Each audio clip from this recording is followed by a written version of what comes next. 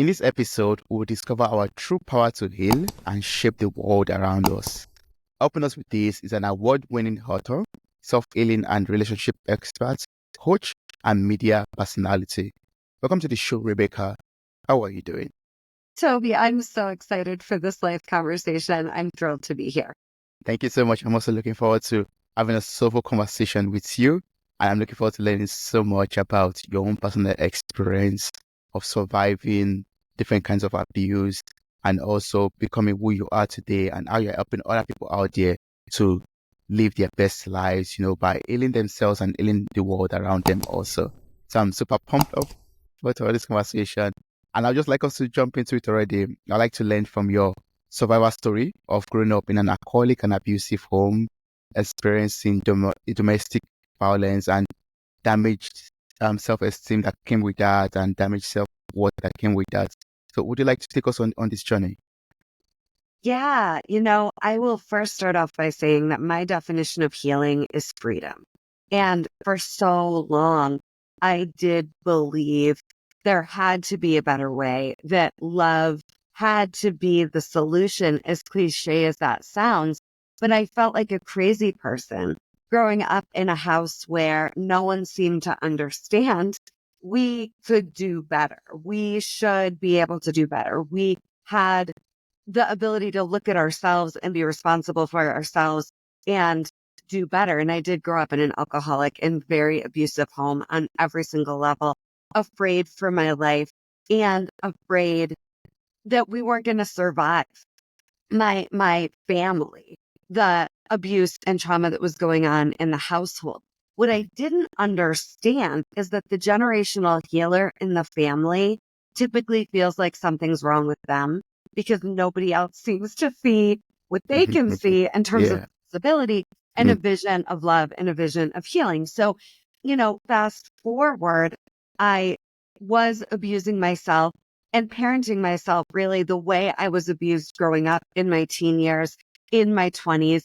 I found myself in a domestic violence marriage myself in my early 20s with a young child. And I somehow summoned the strength to get out of that situation. But it was a big wake up call because I had a master's degree in counseling already at the time. And I had gotten a 4.0 grade point average. And I had worked in the state psychiatric center and I understood mental health and mental illness. But understanding is never going to be enough to heal the past or to heal the trauma.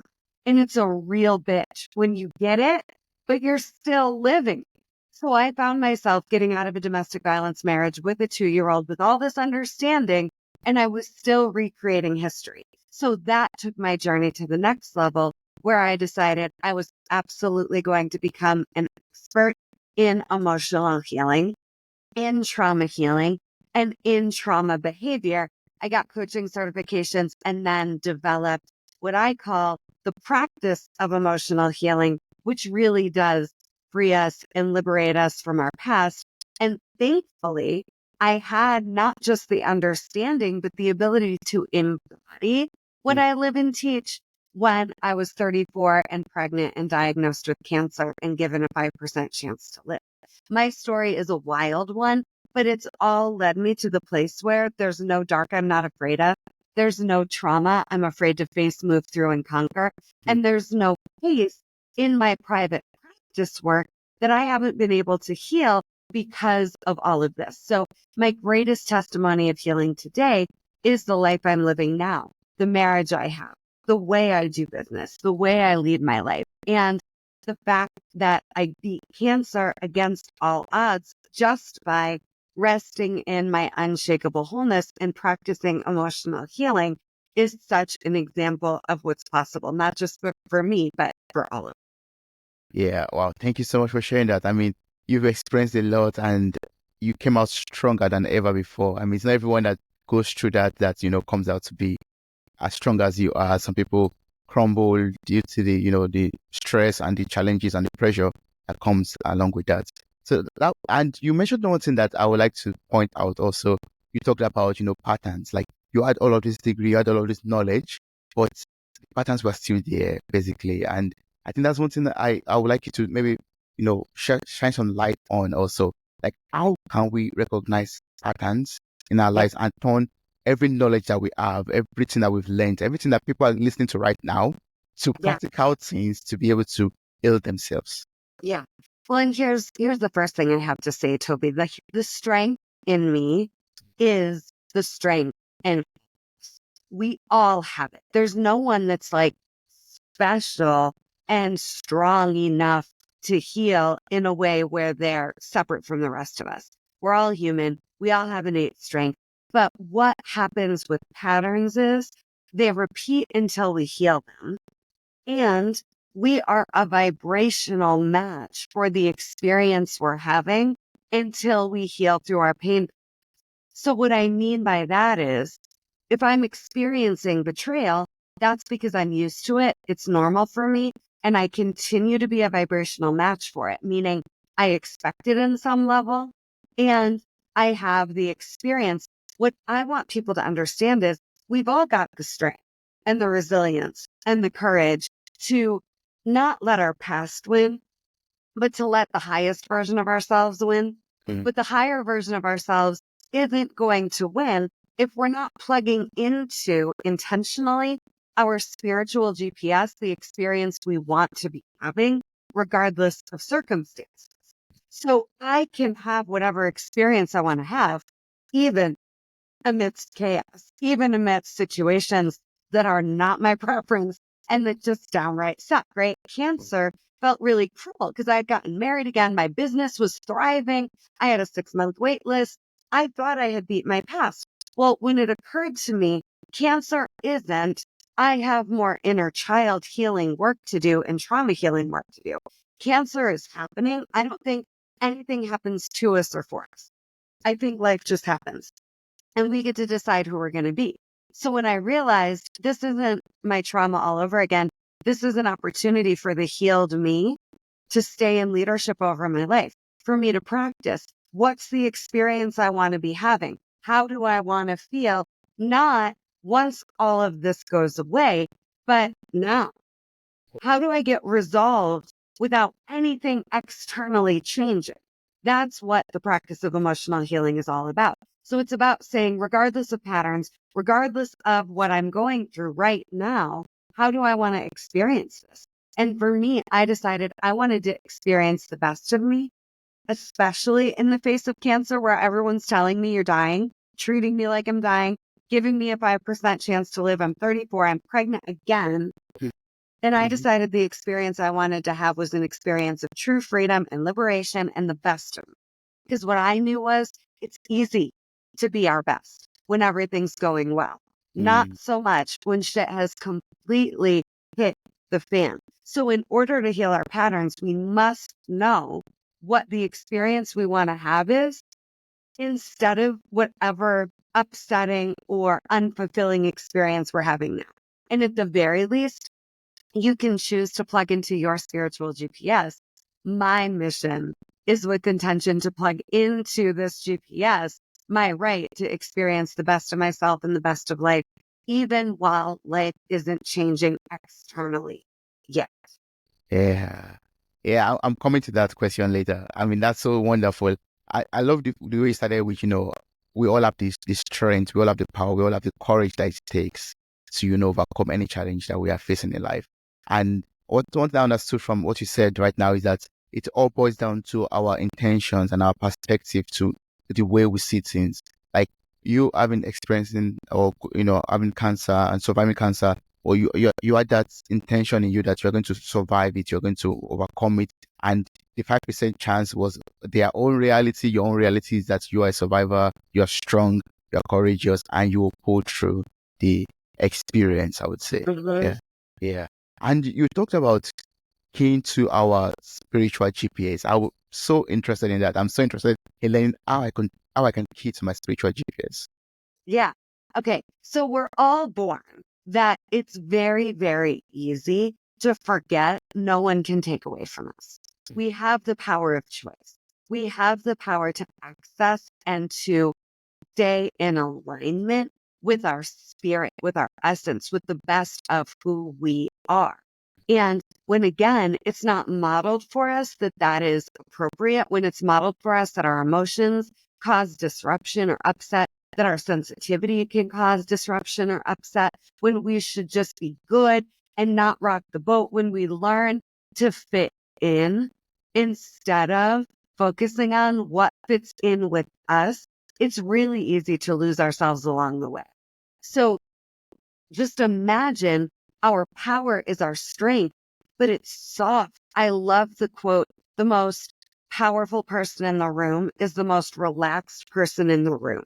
And we get to rest in and relax into our unshakable wholeness all the time, every breath, every moment, every day. But it's not what our societal norm allows, right? I want us disrupting the codependent norms where we're supposed to give ourselves permission to lose ourselves in the name of love, betray ourselves in the name of love, abandon ourselves in the name of love. And what I want us to do is turn the volume up all the way on our power to be fully expressed. Mm, I teach that so many of us are suffering from what I call high functioning unhappiness. We achieve, we serve, and we're mm, exhausted, and we're not getting back what we give out. And so many of you beautiful listeners are afraid to risk threatening the high functioning part of your life. And I don't want to threaten the high functioning part of your life. You've worked really hard to break patterns and chains and to get to here. But if you're not finding peace, if you're not fulfilled, if you're not fully you, that means we're suffering from high functioning unhappiness. So what we must do is threaten the crap out of how unhappy we really are by reconnecting to our power, to our spirit, to our essence that knows who we are, what we want, how we feel, and what our next correct step is. So just for now, know all you need is to let your spirit guide your next step. We don't need to get overwhelmed. We don't need to go from A all the way to Z in this moment. We just need to get to the next most aligned step. And mhm, if you can survive survival, you can survive alignment with the truth of who you are. That is a promise. All you get from alignment is information that was already there. mm, You see people's true colors. You yeah. see what's real and has been hidden in plain sight the whole time. So Mm, let's trust alignment and trust that the world can handle how powerful we are. And that's not aggression or force. That's just our alignment radiating power that is unmatched, that can have you not just survive anything, but thrive in the face of anything. mm. Thriving in the face of anything. Yeah. Yeah. And if you can survive survival, then you'll be able to align with your true self. Yeah. I love that so much. But I was just thinking about it right now. That I wish my parents or my grandparents were, had this information and, did not go through a lot of stress that turned into, not mine, because my parents might be listening to this. I'm saying, oh, what are you talking about? Maybe, some other people basically did not have the opportunity to have this kind of information. And that led to a lot of family trauma because of abuse in the home, like you experienced also. That led to a lot of stress in the home because the father had to work so hard, the mother had to, put do our best to make ends meet, and then the children suffer, based on abuse and negligence and everything like that. Now, the question is, the children have gone through a lot of trauma, and now they are at this point right now where they are trying to survive the survival and they're trying to heal from that family trauma. Yeah. Yeah. What's the best thing to do? Yeah. Well, the first thing I want to say is you do not need a breakdown to break through. A Mm, lot of people say you do. Breakdown means breakthrough. Let's break down to break through.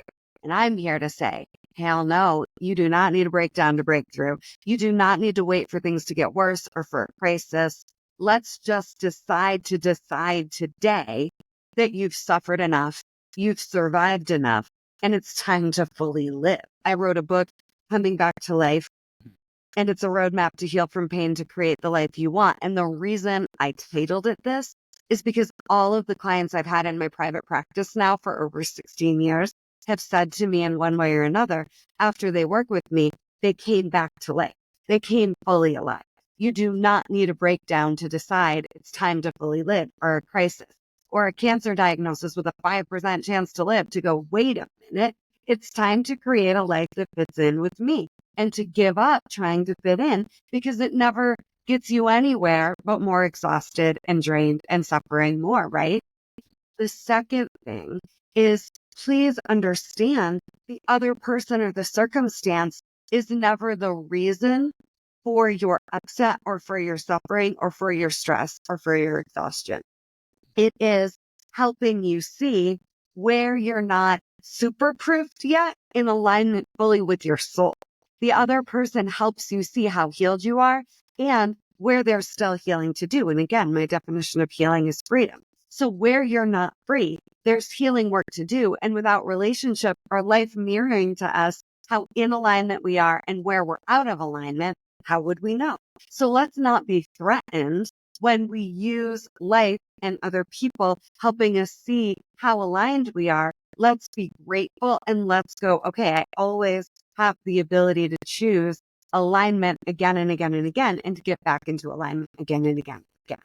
Right. And then, the third thing I want us to all understand, and this is the most important gift I can probably share with all of you today, is there's a huge difference between our feelings about what's going on around us and our naturally occurring human emotions that we need to feel. If we are not vibrant and radiating our light fully and connected to our power fully, we are emotionally dysregulated. And there are only 5 emotions I teach, Toby. Everything else is learned and how we're coping. What I mean by that is, you're not born knowing you could be betrayed or rejected or abandoned, or that you can be jealous or neglected or abused. We learn that. So these are our feelings about what's going on and how we're coping. Anxiety is coping. Depression is coping. And I'm not saying it isn't real or serious. I've been suicidal multiple times in my life. I'm just saying it's safer and more comforting and comfortable to feel how we are coping that we learned than it is to get to our emotions. But our emotions can't threaten us. And here are the 5 that always, always, always, we want to get to at least one of them and release it. And then we're going to feel free. So anger, fear, grief, joy, excitement. Anger, healthy emotion, not caused by anyone, not because of anyone or anything. And we don't need to take it out on anyone or anything. Same with grief, same with fear, same with joy, same with excitement. So not only can you decide you've been through enough today and that it's really time to live, but you can decide your emotions are the gateway to a life where you're fully alive. And you can learn how to be with them in a way that is healthy. And you can learn how to move through these emotions so quickly so that, this is the big goal, joy and excitement can become the rule you live by. And in my book, Coming Back to Life, chapter 2 is just about this exclusive. We want you emotionally free, emotionally regulated, with joy and excitement as the emotions that are your default, your baseline, your norm. And then when darker emotions come in, that's not a threat. You know how to navigate them so you can get back to joy and excitement. Yeah, I'm going to recommend your book to anyone out there who is interested in reading it. The link to your website will be in the show notes of this episode, and there are more information about how to get the book and how to, even get across to you too.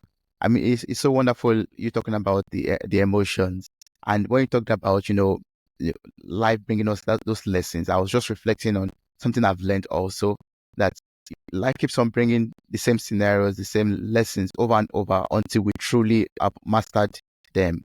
Like if someone has an issue with anger, if for example, if I have an issue with anger and I've not been able to master that emotion properly, life will keep on bringing different experiences, different things that will test my anger or my ability to master that emotion in me. Yeah. Anger isn't bad. It's Mm, passion. mm, Anger is always justified, but we don't want to resist it or deny it and turn it into violence against ourselves or other people. In violence, when I'm saying violence, I'm saying lash out energy at all. Anything you're fighting, that's an act of violence. That's an act of war. And anger has nothing to do with it. I can be, my husband used to say when I was sick, he would make a joke that some days he didn't know what hospital to take me to because I would just be in my room screaming. And then I would be crying and then I would be laughing because I can connect to these emotions so quick. They're Mm, neutral, they're precious, they're sacred, they're my humanity. And there's nothing wrong with being with our emotions and letting ourselves. A great anger technique that doesn't hurt anyone or anything is do air screams. Just mm, get it out. Move the energy. Move the mm. energy. My 9-year-old was just in Madagascar, the musical, and she was Gloria the Hippo. And there's the song in Madagascar. We've got to move it, move it. We've You got to get move it, move it, move it. move it. And if we Yes. don't move these emotions and let them out, Yeah. they're stagnant and they become toxic and disease inside of us that's completely unnecessary. That's true. It's completely unnecessary. Yeah. One thing I admire about you, I'm just trying to go back to Alien right now, is that, you experienced the family trauma in your family growing up, and that one way or the other led to the first marriage that you had. And then, you were able to heal. I'm sure in between you had the suicidal thoughts and everything that happened in between. And then, got into your second marriage, and now you are enjoying your life right now with Uh, your marriage and all of that. Yeah. it's a dream come true life, and we all have a dream come true life waiting. Yes. And that's what I'm trying to reach towards right now. And for listeners out there also, would you say the healing journey is a continuous one, something that you're still on right now? Or it's something that you can do in a phase of your life and then you're totally healed and you can get into the next relationship totally healed and full and complete and ready with joy and energy and everything that you need for your next phase of your life? I think the healing journey is forever because here's a glass of water, right? Mm, We're born clear and pure. And life gives us opportunities every day to be triggered, to be wounded, to be upset, to be disappointed. So every day I have to get back to clarity if I want to stay as healed and free as possible. And the way I teach how to do that is you decide, what is it that I want to feel? What is it that I want to experience? What emotions do I need to move so I can be as clear and fully alive as possible? mm, And this isn't easy, but it is this simple. So I'm not looking at my success metrics around achievement in this season. And I teach my clients it's about alignment, not achievement. And then the more aligned I am, ironically, the more I achieve very, very quickly because the more emotionally clear I am, the more time I have. Right. But I don't yeah. care about achievement first. That's just frosting. Mm, I care about, am I feeling how I want to feel? Am I experiencing the best of me and the best of life and having the experience I want to have in this moment? You always get to have control of yes. It's not about the achievement, it's about alignment. Alignment brings the achievement for you also. Yeah. it. The biggest lesson cancer taught me. Mm, All that matters is alignment because life goes my way and then it doesn't. And none of it's about me. I get to decide who I'm going to be through it all. get And to same decide. for you. Yes. Would you say that helped you to persevere through that phase of, having cancer? Or what were the other tools that you were able to use to pull through every dark phase of your life? Yeah. Cancer was wild because there's no medical history in my family of the most aggressive melanoma that exists that I had. Like there was no reason. I don't tan. I'm the whitest white girl. I don't go out into the sun and I get diagnosed with melanoma, which made no sense. I was 34. It was this amazing spiritual awakening for me because, again, I knew how to be my best and how to manifest and how to achieve when everything was going well. But cancer taught me there's really nothing to fear. The darkness is real, but so is the light. And my spirit and all of our spirits are more powerful than anything outside of us. So cancer taught me how to be able to facilitate any case without fear and how to be able to facilitate my own clarity and emotional regulation in any circumstance without fear. And I'm just so grateful. And all I want now is to serve. Cancer offered me a pathway to be in a permanent co-creation with what I call God. My life isn't me alone on an island ever again. It's Mm, me in connection, plugged into God, guided moment to moment. And that is the most exceptional and extraordinary experience of life I could have imagined for myself. And it exists for all of us. But again, you don't need a breakdown to break through. And I've created the products and the services so you don't have to spend all of the money I've spent for almost 20 years on growth and development. And you don't have to take that long to heal. I say healing can happen. The pain starts in a moment, it ends in a moment, and then you just keep practicing. That's why I call it the practice of emotional healing. stay active. Yeah. I mean, thank you so much for all the tools that you provide. I love the fact that you talked about, we don't have to break down, have to break through. You don't have to hit the rock bottom in order to get to the top of the mountain, for example, also. Yeah, that's so wonderful. I would like you to talk about the tools and the services that you offer. I know you have the books. I know you have master classes and other offers, coaching offers too. Yeah. I'd like you to enlighten us on this. Yeah, I would love to serve you, every single heart listening right now, and your family.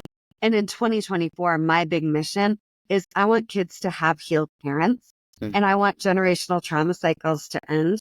And I'm helping 1 million families heal this year. And just you working with me will heal your entire family system, all the lineage that came before you, all the lineage that will come after you. So you can start with visiting me at RebeccahSilence.com. Rebeccah has an H, REBECCAH, silence.com. I have a free masterclass, the 3 must know secrets to heal and save your family, that you can access right now and you can press play immediately. I have the book Coming Back to Life, and I have my emotional survival kit course. That's all the best of what I do with my VIP clients. And I bottled it for you. Mm. There really is a roadmap. There really is. Here's the healing bottled for you to be able to drink and run with immediately. And then I offer VIP private coaching services where you have direct access to me. And all of that information is available at RebeccahSilence.com. But I would love for you at the very least to buy the book and to get the free masterclass. And let's go on a journey together where you personally get support from me and we launch your life starting now. Yes, RebeccahSilence.com. One more time, the link will be in the show notes of this episode. So I encourage you to just click on it, try out the masterclass, get your book on Amazon or where you get your books, and also get the VIP package and get to Yes, work with yes, Rebeccah. I would love to work with you. Yes. Before I let you go, Rebeccah, we've learned so much about self-healing, and based on your experience, experiencing domestic abuse and the family trauma and all of that, I, as a person, would love to break that generational, family trauma and have a family that is healthy, that is emotionally connected, having that stable environment, and a safe space for everyone. What what is one thing that I can do in order to ensure that I build healthy relationship with everyone in my family? Yeah, it really starts with completely burning the option of being violent towards yourself in any way, shape, or form. Mm. It is about taking on self-love in a way that you will feel is so over the top, but it's the medicine. So how are you treating yourself in your mind? Start in your mind. Are your thoughts of attack, violent, harsh, cruel towards yourself, self-deprecating, or are they gentle and loving and encouraging and empowering? Then connect to your heart. How do you want to feel? And how can you pour that feeling you're desiring, that love that you've been craving and deserving from other people into yourself? Then let's connect to the body, which will tell you exactly what you need emotionally. Give it to yourself so that you can connect to your spirit, which will give you all the information you need about what you want, and then give it to yourself. Well, that's wonderful. Thank you so much, Rebecca. I've learned so much from you from this conversation. I've learned about connecting to God. I mean, connecting to a spiritual compass. I learned about, just not fitting in, but standing out, and surviving the survival also. I've learned so much about self-healing and also self-love, connecting with those calm thoughts and how to master our emotions, the different emotions that you talked about. You talked about 5 of them in this conversation. Thank you so much. I encourage everyone out there one more time to reach out to you, connect with you on every platform, and the link to your website in the show notes of this episode one more time. So I encourage you all to take part in the masterclass, get the book, coming back to life, and become a better person from now on. Thanks so much, Yeah. Rebeccah. Please, everyone, be careful with each other's hearts. And thank you again for having me. It has been an absolute honor.